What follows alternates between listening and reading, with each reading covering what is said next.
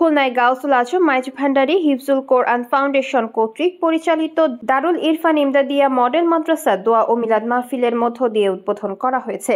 শনিবার দুপুরে নগরীর 0 পয়েন্ট খানকায় গাউসিয়া আহমদিয়া মাইজ ভান্ডারী খানকা শরীফে ফিতা কেটে উদ্বোধন করা হয়।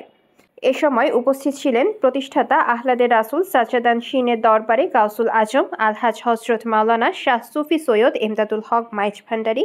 এছাড়া প্রধান অতিথি ছিলেন নায়েবে সাজ্জাদান শীল ও মুনতাজিমে দরবারে গাউসুল আজম আলহাজ সৈয়দ ইরফানুল হক মাইজ ভান্ডারী।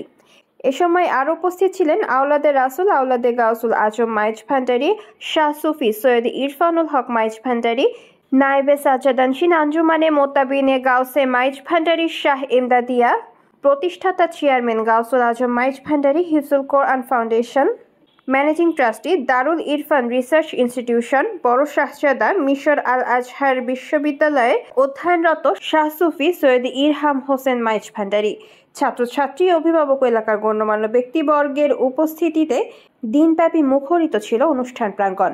উদ্বোধনী অনুষ্ঠানে নেতৃবৃন্দ দারুল ইরফান ইমদাদিয়া মডেল মাদ্রাসাকে এগিয়ে নিতে সকলের সহযোগিতা কামনা করেন।